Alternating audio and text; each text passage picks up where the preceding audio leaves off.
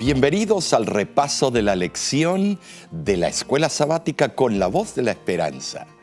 Lección número 11 para el 12 de septiembre. Y el título es Compartir la historia de Jesús. El versículo clave de esta semana se encuentra en 1 de Juan capítulo 5, versículo 13. Estas cosas os he escrito a vosotros que creéis en el nombre del Hijo de Dios, para que sepáis que tenéis vida eterna y para que creáis en el nombre del Hijo de Dios. Estas palabras se refieren al propósito que tuvo el apóstol al escribir esta epístola a los creyentes. La repetición de ese propósito es con el fin de impresionarlo más en la mente de sus lectores. Parece que la fe de los lectores de Juan estaba en peligro de debilitarse y él se esforzaba por fortalecerla. Los pensamientos de Juan acerca de la posesión de la vida eterna y la creencia en el Hijo de Dios les sugieren la confianza que el creyente puede tener al acercarse al Hijo de Dios, a Cristo Jesús, tu Salvador personal. Y así se introduce el tema de la oración. Quiero leerles este comentario. Testificar es compartir lo que sabemos acerca de Jesús. Es dejar que otros sepan lo que Él significa para nosotros y lo que ha hecho por nosotros. Pasemos a la parte del domingo, que se titula Jesús, la base de nuestro testimonio. Claro que sí, así debe ser. Todos los caminos llevan a Roma, es el dicho, pues todos los caminos de la salvación llevan a Cristo o llegan a Cristo. Todos tenemos una experiencia con Cristo que contar. Con emoción, sin igual, queremos decir lo que Jesús es para nosotros. Hay una emoción adentro, tú quieres contarle las buenas nuevas. Cuando por primera vez mi esposa dio a luz, nuestra primera hija, y cuando yo la vi, la tuve en mis brazos, yo quería contarlo a todo el mundo. Llamé a todos los que conocía y la gente lo que hace es entregar un cigarro, pero nosotros, por supuesto, no hacemos eso. O sea que yo lo que di, una zanahoria a cada uno. ¿Para qué? Para que la coman. Estimados, por la emoción que yo tenía de que quiero contarles al mundo lo que Dios hizo para mí, por mí y por todos. Para formular tu propio testimonio personal, debes hacerlo en dos fases. En primer lugar, antes de haber conocido a Cristo, y esto lo encontramos en Efesios 2, 1 al 3. Y vamos a ir, Efesios 2, 1 al 3. Y se lee lo siguiente. Y Él os dio vida a vosotros cuando estabais muertos en vuestros delitos y pecados, en los cuales anduvisteis en otro tiempo, siguiendo la corriente de este mundo, conforme al príncipe de la potestad del aire, el espíritu que ahora opera en los hijos de la desobediencia. El testimonio debe incluir algo del pasado. El ser humano sufre algo más que de una inadaptación social o de molestos complejos. Se halla en una condición de muerte espiritual. El estado de depravación humana es muy parecido al de la muerte física. En la muerte falta el principio de la vida, esencial para el crecimiento espiritual. El apóstol se refiere a los seres humanos que son siempre desobedientes e inclinados a hacer el mal, por lo que están sujetos a condenación. Se hallan en estado de rebelión y oposición a Dios y a su voluntad. Pero también está la parte de nuestro testimonio después de haber conocido al Maestro Jesús. Esto lo encontramos en el mismo libro de Efesios, en el mismo capítulo, versículos del 4 al 10. Pero Dios, que es rico en misericordia por su gran amor, con que nos amó, aun estando nosotros muertos en pecados, nos dio vida juntamente con Cristo. Por gracia sois salvos. Y juntamente con Él nos resucitó y asimismo nos hizo sentar en lugares celestiales con Cristo, para mostrar en los siglos venideros las abundantes riquezas de su gracia en su bondad para con nosotros en Cristo Jesús. El versículo 8 dice, porque por gracia sois salvos por medio de la fe, y esto no de vosotros, pues es don de Dios. Y así sigue hablando el apóstol. Su gran obra en favor de la humanidad no fue meramente un acto de benevolencia o de caritativa condescendencia, sino un acto de ternura y amor. Así como Cristo fue vivificado de entre los muertos, el ser humano es también vivificado de su estado de muerte espiritual. Amén por eso. Tú eres de Él. Él te quiere vivificar, te quiere dar esa alegría que has perdido o que quieres recuperar. El propósito divino es elevar al hombre a una nueva esfera, a una nueva relación en la cual sea gobernado por nuevos principios. La salvación se alcanza no por medio de instrucción o normas morales, sino cuando el creyente, por la fe, recibe la vigorizante vida que fluye de Cristo Jesús. Antes de conocer a Cristo, estábamos muertos en delitos y pecados, siguiendo la corriente de este mundo, haciendo la voluntad de la carne. Pero ahora somos nuevas criaturas de Cristo. Digo y vuelvo a repetir, amén. Si vamos a la parte del lunes, cuyo título es El poder transformador del testimonio personal, podemos ver que hay un principio eterno que es un principio inmutable de todo el universo. Elena de White declara bien este principio con estas palabras. El ejercicio de la fuerza es contrario a los principios del gobierno de Dios. Él desea solo el servicio de amor, y el amor no puede ser exigido, no puede ser ganado por la fuerza o la autoridad. El amor se despierta únicamente por el amor. Vemos esto también en Primera de Juan, capítulo 1, del 1 al 3. Lo que era desde el principio, lo que hemos oído, lo que hemos visto con nuestros ojos, lo que hemos contemplado y palparon nuestras manos, tocando al Verbo de vida. Porque la vida fue manifestada y la hemos visto y testificamos y os anunciamos la vida eterna, la cual estaba con el Padre y se nos manifestó. Lo que hemos visto y oído, eso os anunciamos, para que también vosotros tengáis comunión con nosotros. Y nuestra comunión verdaderamente es con el Padre y con su Hijo Jesucristo. Juan comienza su evangelio con las palabras en el principio. Y su primera epístola con la expresión desde el principio. La diferencia es significativa.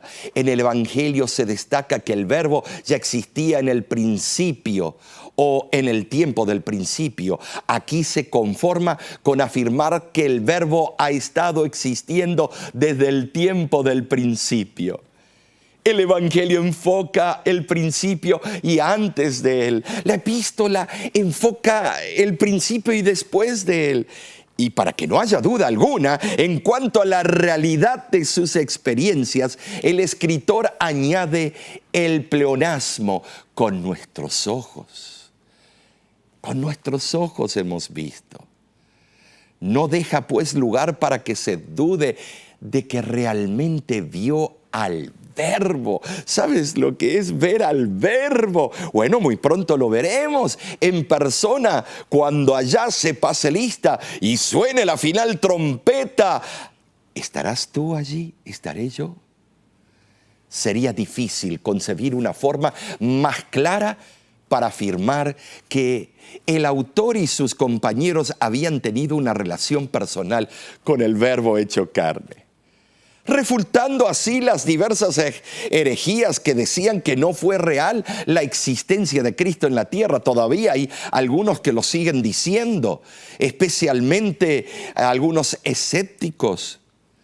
Si se analizan los escritos de Juan, se ve con claridad que la vida de la cual habla este autor es la vida eterna, la vida de Dios y en Dios, el único que tiene inmortalidad y que nos regalará esa inmortalidad a sus hijos justos.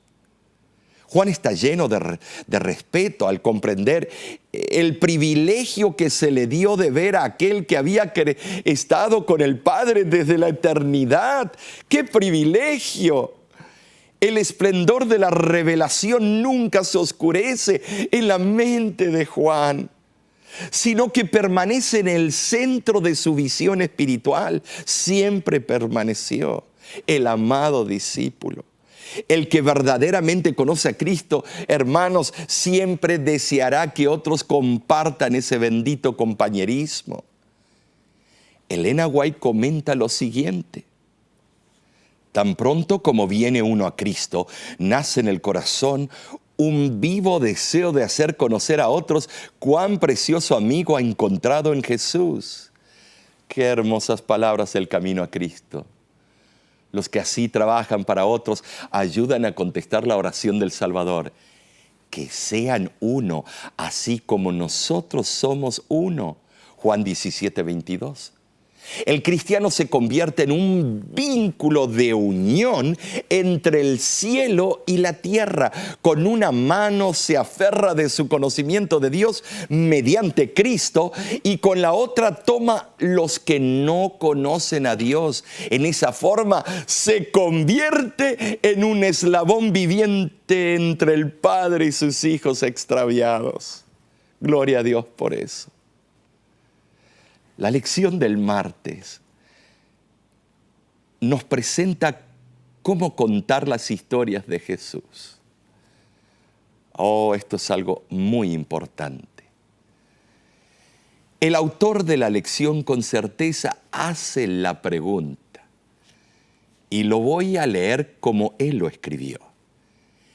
¿Quiénes fueron los primeros misioneros que Jesús envió? No estaban entre los discípulos, no estaban entre sus seguidores de mucho tiempo. Los primeros misioneros que Jesús envió fueron hombres locos, endemoniados, que unas horas antes habían aterrorizado la región y habían aterrado los corazones de los vecinos de la aldea. ¡Cuán cierto! Esto es lo que el autor está diciendo, la verdad que le pega a la cabeza del clavo con el martillo. En el libro de Marcos, capítulo 5, versículo 1, leemos lo siguiente. Mira, vinieron al otro lado del mar, a la región de los Gadarenos.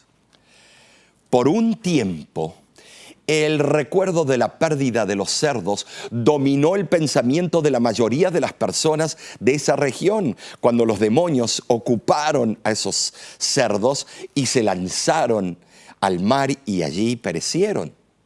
Sin duda, se preguntaban cuál sería el resultado de la próxima demostración de poder sobrenatural y evidentemente temían sufrir pérdidas materiales mayores. Imagínate tú que venga el maestro y haga un tremendo milagro y los ricachones o millonarios pierdan sus divisas, sus entradas por fruto de ese milagro. ¿Tú crees que van a querer que Cristo permanezca en la comarca, en el vecindario? No, porque están pensando en el factor dólar. Preferían renunciar a cualquier bendición posible, tal como la curación de los endemoniados, para no sufrir más pérdida de propiedades. De acuerdo con el consejo que él mismo había dado a los 12 cuando los envió a predicar y a sanar, vemos nosotros, Jesús no protestó, sino que se marchó del lugar. No trató de argumentar, de mostrar quién tiene la razón. Sus hechos iban a hablar por él.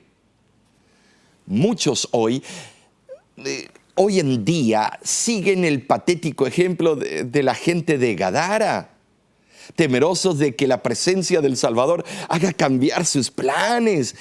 Tengo para el sábado una fiesta, un baile, una quinceañera. Y si viene Dios y me pide algo, asistir a una campaña, ir a ayudar a alguien en el hospital, cambia mis planes. Y yo tengo que tener vida. El Señor tiene que comprender, tengo familia. Obviamente, estos endemoniados transformados, estos nuevos conversos querían quedarse con Jesús. Pero, ¿qué pasó? Los envió Cristo a hacer ¿qué cosa? Leamos del deseado de todas las gentes lo siguiente. Esos hombres habían tenido el privilegio de oír las enseñanzas de Cristo por unos pocos momentos. Sus oídos no habían recibido un solo sermón de sus labios. No podían instruir a la gente como eran capaces de hacerlo los discípulos que habían estado diariamente con Jesús. Pero llevaban en su persona la evidencia de que Jesús era el Mesías. Podían contar lo que sabían, lo que ellos mismos habían visto, oído y sentido del poder de Cristo. Esto es lo que puede hacer cada uno cuyo corazón ha sido conmovido por la gracia de Dios. Lo leo lentamente para que tomemos a pecho el pensamiento. Mis hermanos, hay que contar la historia de Jesús. El miércoles, de verdad, expande en esto. Testificar con seguridad. Y esto lo podemos ver en 1 de Juan capítulo 5, versículo 11 y 12.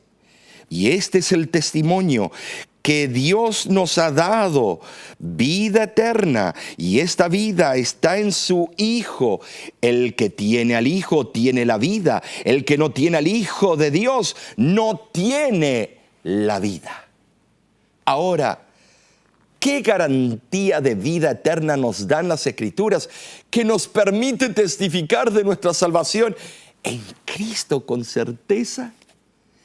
El testimonio consiste en la dádiva divina de la vida eterna mediante la persona del Hijo de Dios, Jesucristo en nosotros. Esa dádiva es el más eficaz de todos los testigos de la verdad de Dios. Tener al Hijo significa creer de tal manera en Él que llega a ser para nosotros todo lo que su nombre implica. Salvador, Señor, ungido, nuestro Rey. Significa tener a Cristo morando en el corazón como huésped que recibe la honra suprema. Los que cultivan la amistad de Jesús llegan a compartir su carácter. En esta forma, tener al Hijo garantiza tener la vida perdurable.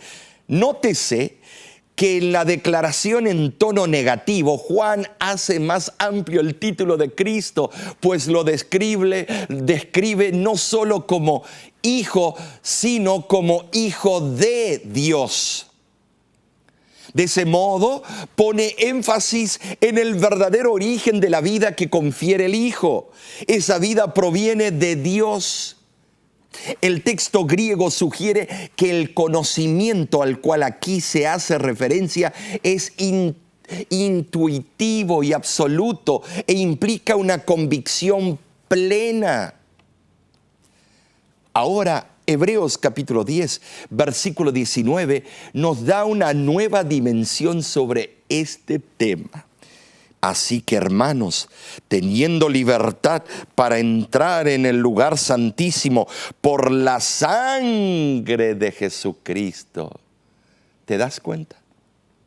El autor de Hebreos resume brevemente sus conclusiones, a saber que por medio de Jesucristo tenemos acceso directo a Dios. ¿Te das cuenta? Es indispensable depender de Cristo. Él es la solución de tu problema, el mío.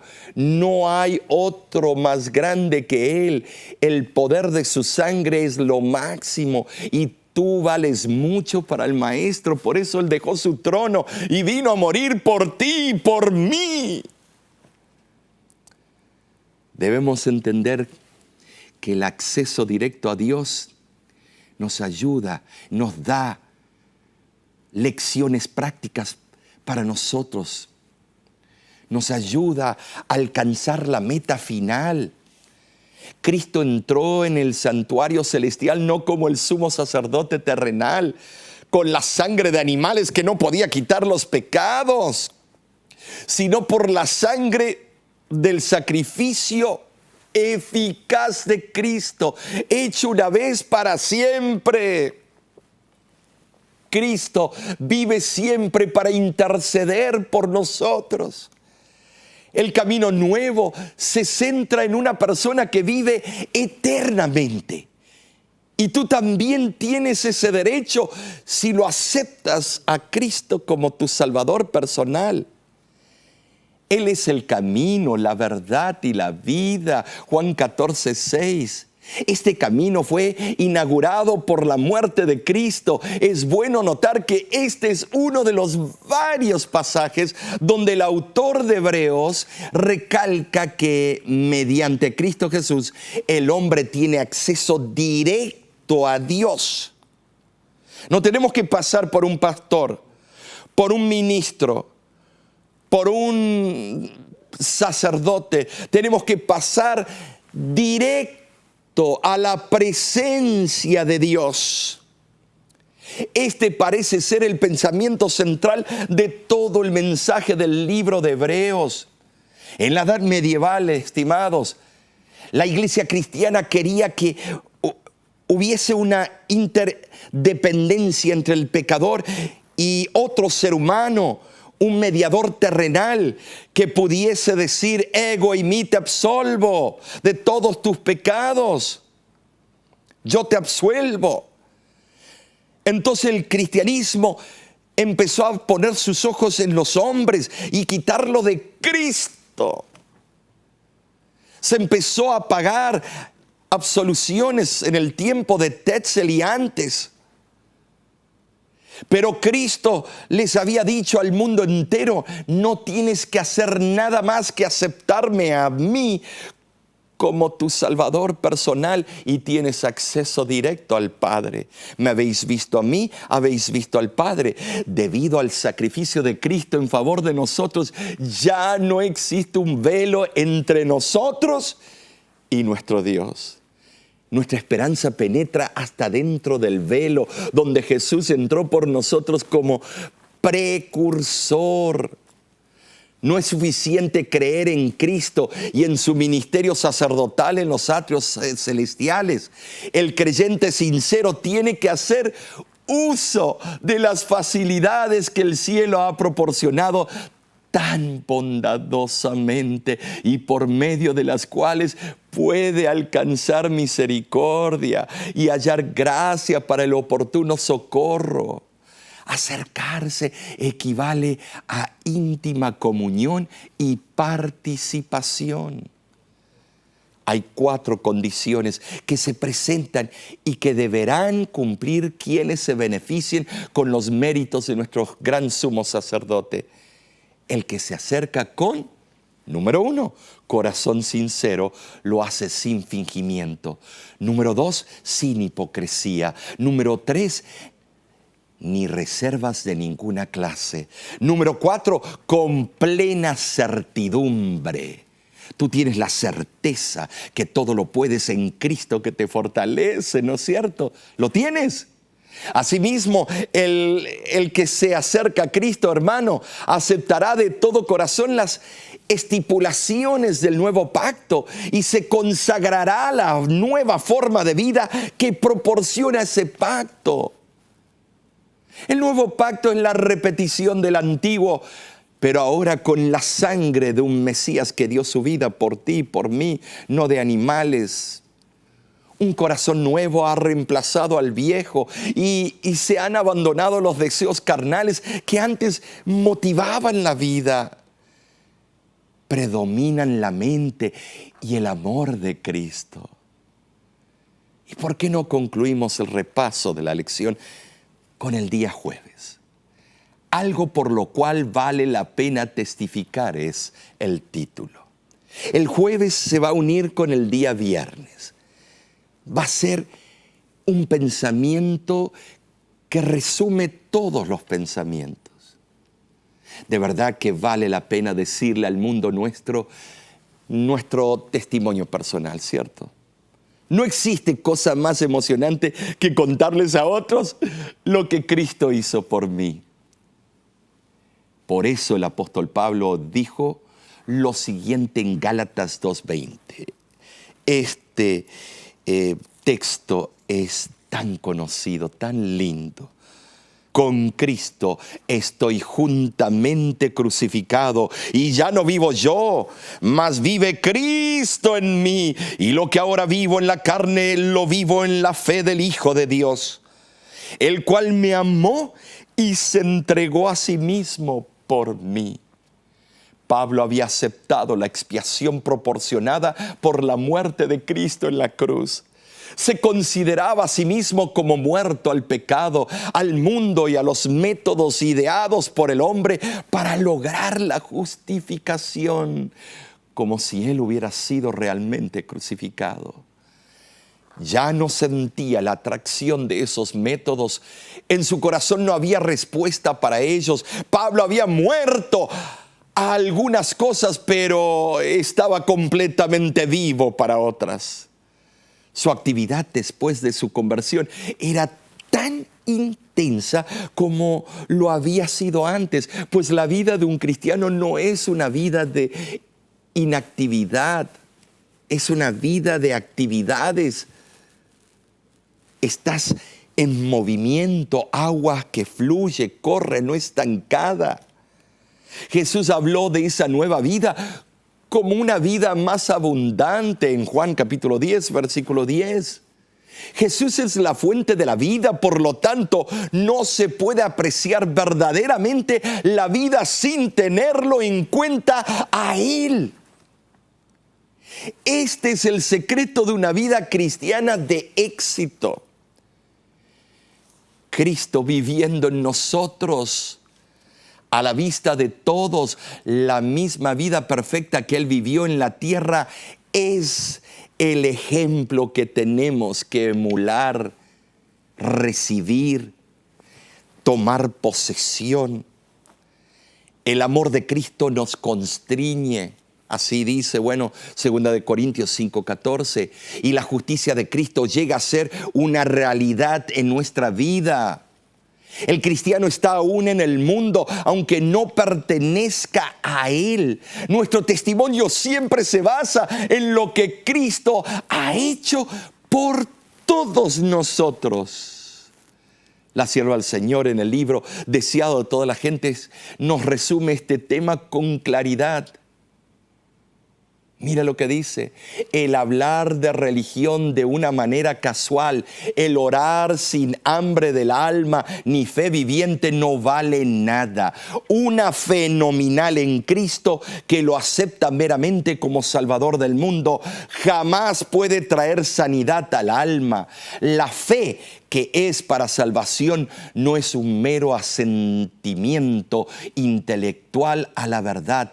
No es suficiente creer acerca de Cristo, debemos creer en Él. La única fe que nos beneficiará es la que lo acepta como Salvador personal, la que se apropia de sus méritos para uno mismo.